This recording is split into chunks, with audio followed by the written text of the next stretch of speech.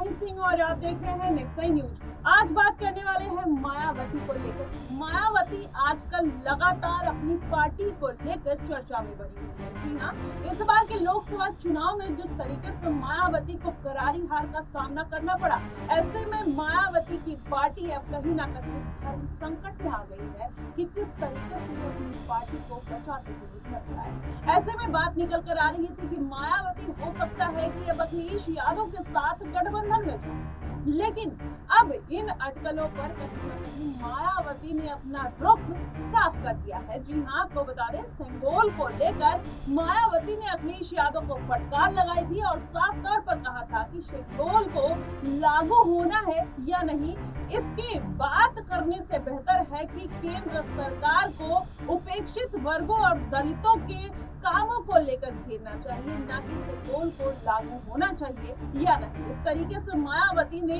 ये बात साबित कर दी कि इंडिया गठबंधन में जाने के लिए बिल्कुल भी तैयार नहीं है।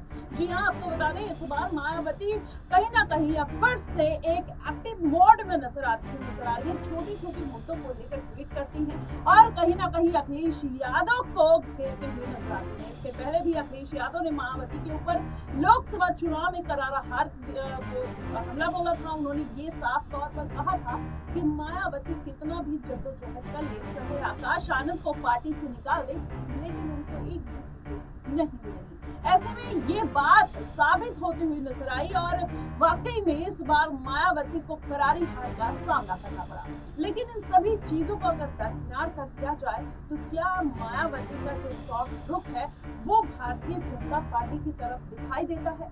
तो इसमें ये बात निकलकर सामने आती है कि जिस तरीके से सिंगोल को लेकर भारतीय जनता पार्टी को मायावती ने डिफेंड किया और इनडायरेक्ट वे में अखिलेश यादव को फटकार लगा दिया, माना यही जा रहा है कि मायावती का जो रुख है वो भारतीय जनता पार्टी की तरफ नर्म होता हुआ दिखाई दे रहा है। ऐसे में ये भी अटकलें लगाई जा रही है कि क्या मायावती अब एनडीए गठबंधन के साथ जा सकती हैं, या फिर जिस तरीके से उनके ऊपर बीजेपी की बी टीम के रूप में काम करने के आरोप लगते रहे हैं, क्या इस आरोप को सही साबित कर देंगी मायावती? ये तमाम तरीके के सवाल खड़े होते हैं और इस बात की अटकलें भी लगाई जा रही हैं। लेकिन वहीं अगर साथ देखा जाए, मायावती की इस बार की गलती कहीं ना कहीं अब उपचुनाव में वो दोहराना नहीं चाहती है। वो चाहती है कि आने वाले विधानसभा चुनाव में और इस उपचुनाव में उनकी पार्टी को बहुमत के साथ वो वापसी करे, इसलिए आकाश आनंद के फिर से पार्टी में दोबारा री एंट्री कराती है। लेकिन क्या वो री एंट्री उनकी काम आएगी?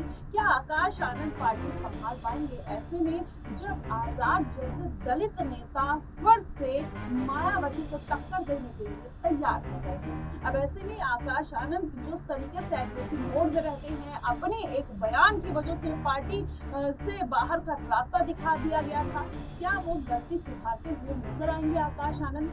ये बड़ा सवाल खड़ा होता है। लेकिन यहाँ पर अगर देखा जाए तो आकाश आनंद की जब बात निकल कर आती है तो बात कंपैरिजन होने लगता है चंद्रशेखर आजाद के साथ।